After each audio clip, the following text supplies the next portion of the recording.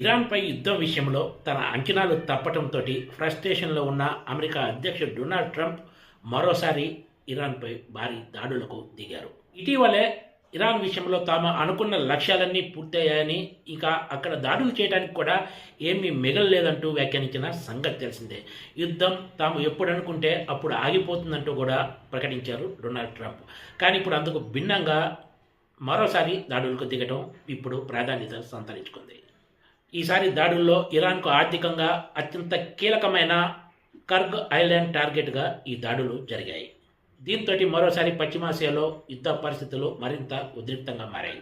Iran చమురుకు వ్యూహాత్మక హబ్బుగా ఉన్న కర్గ్ ఐలాండ్స్పై America భారీ బాంబులతోటి దాడులకు దిగింది. అమెరికా సెంట్రల్ కమాండ్ తన ఆదేశాల మేరకు కర్గ్ ఐలాండ్స్పై దాడులకు దిగినట్లు డొనాల్డ్ ట్రంప్ ట్రూత్ వేదికగా వెల్లడించారు. తన ఆదేశాలతో జరిగిన ఈ దాడుల్లో కర్గ్ ఐలాండ్లోని సైనిక స్థావరాలు పూర్తిగా ధ్వంసమయ్యాయన్నారు. దీనికి సంబంధించిన వీడియోను కూడా ఆయన సోషల్ మీడియా వేదికగా షేర్ చేశారు. మధ్యప్రాచ్యం ప్రాంతంలో ఇవి అత్యంత శక్తివంతమైన దాడులుగా డొనాల్డ్ ట్రంప్ అభివర్ణించారు.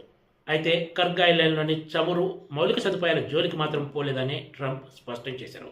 వ్యాపార నౌకల రాకపోకలకు అత్యంత కీలకమైన హార్ముజ్ జలసంధి విషయంలో ఇరాన్ ఇదే వైఖరి కొనసాగిస్తే చమురు మౌలిక సదుపాయాలపై దాడికి కూడా ఏమాత్రం వెనకాడబోమంటూ హెచ్చరికలు జారీ చేశారు.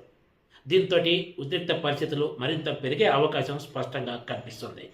ఇరాన్ ఎగుమతి చేసే చమురులో 90% కర్గ్ ఐలాండ్ నుంచే సరఫరా అవుతుంది. కర్గ్ ఐలాండ్పై అమెరికా జరిపిన దాడులపై ఇరాన్ కూడా అంతే తీవ్రంగా స్పందించింది. ఇరాన్ ఇంధన సదుపాయాలపై దాడులు చేస్తే అమెరికాకు సహకారం అందిస్తున్న ఇంధన మౌలిక సదుపాయాలను బూడిద చేస్తామంటూ హెచ్చరించింది. తాజా పరిణామాలతోటి యుద్ధం మరింత తీవ్ర రూపం దాల్చే వాతావరణం కనిపిస్తుంది. తమ దగ్గరున్న ఆయుధ వ్యవస్థలు అత్యంత శక్తివంతమైనవని, తమ టార్గెట్లను పూర్తి చేసేందుకు ఇవి ఎంతగానో ఉపయోగపడతాయని, వీటిని అడ్డుకునే శక్తి ఇరాన్కు ఏమాత్రం లేదన్నారు. ఇరాన్ దగ్గర అణ్వాయుధాలు ఉండటానికి ఏమాత్రం వీల్లేదని ట్రంప్ మరోసారి స్పష్టం చేశారు. యుద్ధంలో భాగంగా డొనాల్డ్ ట్రంప్ ఇప్పుడు ఏకంగా కర్గ్ ఐలాండ్ను టార్గెట్ చేయడం ప్రమాదకర పరిణామంగా అభివర్ణిస్తున్నారు. ఇరాన్ కూడా యునైటెడ్ అరబ్ ఎమిరేట్స్లోని యుఎస్ ఎంబసీలతో పాటు పలు కీలక స్థావరాలపై దాడులు కొనసాగిస్తుంది. Please subscribe TGTV.